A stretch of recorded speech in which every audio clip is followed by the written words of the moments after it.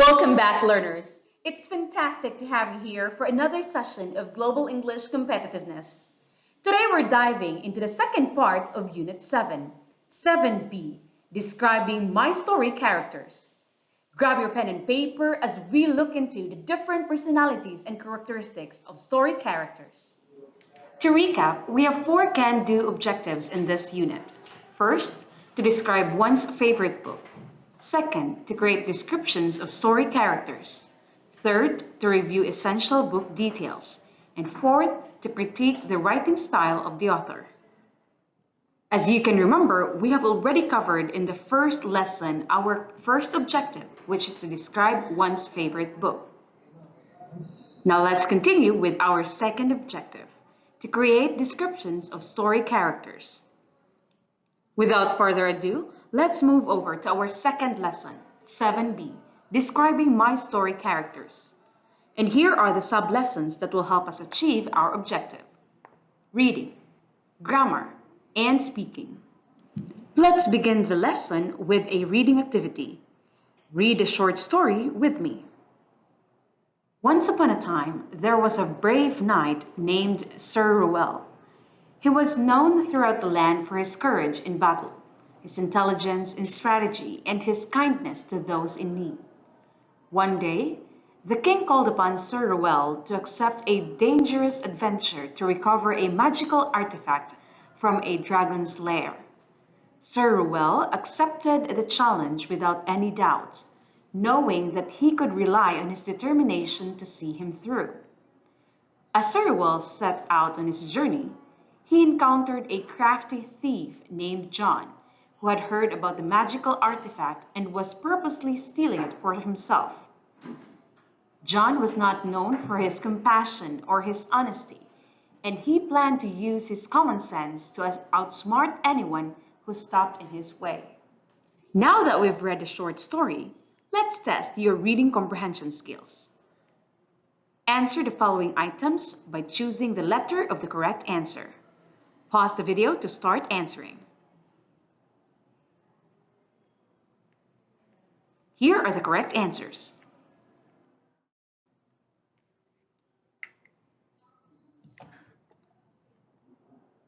Now let's move to grammar. Our grammar lesson today focuses on adjective and adverbs. Let's begin with descriptive adjective.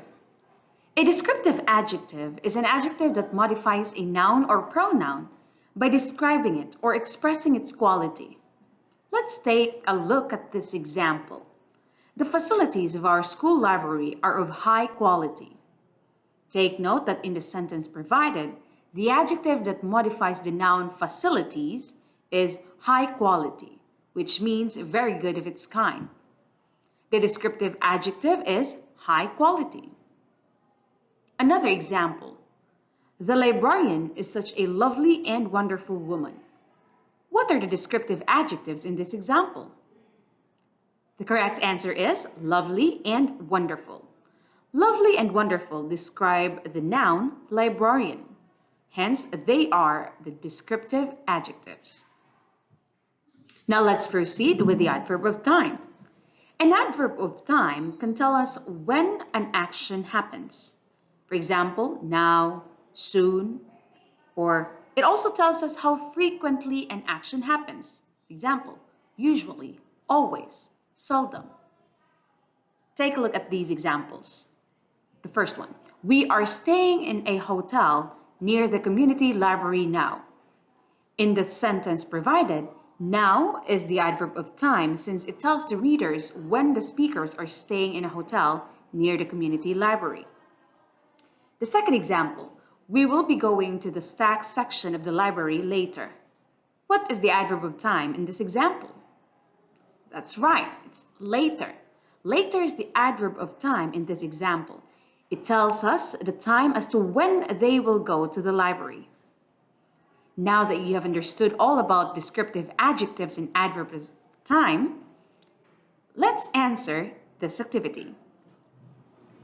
Now choose the correct descriptive adjective to complete the following sentences. For example, there are pages of this book that are crumpled or clean that you could hardly read due to old age. The correct answer here is crumpled. There are pages of this book that are crumpled that you could hardly read due to old age. Now pause the video and answer the rest of the items. Here are the correct answers.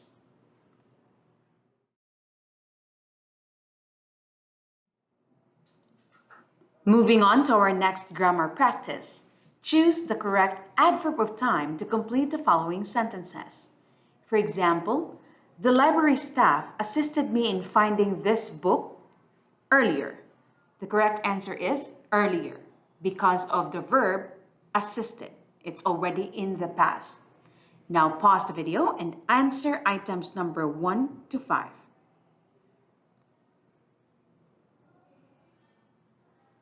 Here are the correct answers.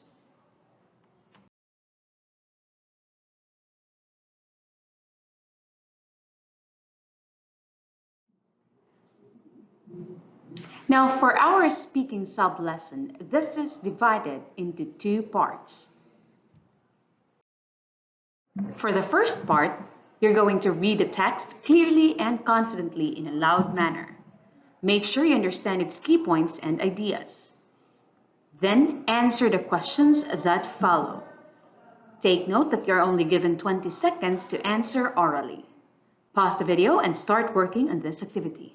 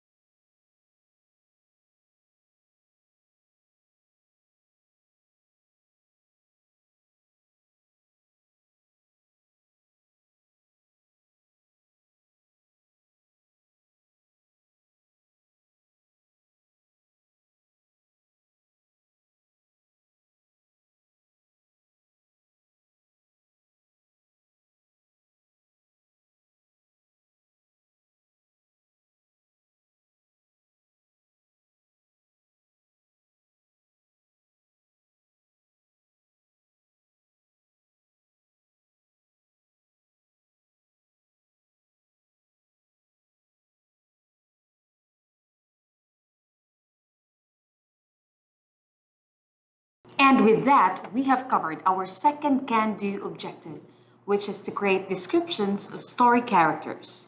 In this lesson, we read a short story focusing on the descriptions of a story character's personality and characteristics. We also talked about descriptive adjectives and adverbs of time. And you made an audio recording describing your favorite book character. I hope you enjoyed this lesson as much as I did. Unit 7B concludes here. Thank you for tuning in, and I eagerly anticipate our next encounter in the upcoming lesson.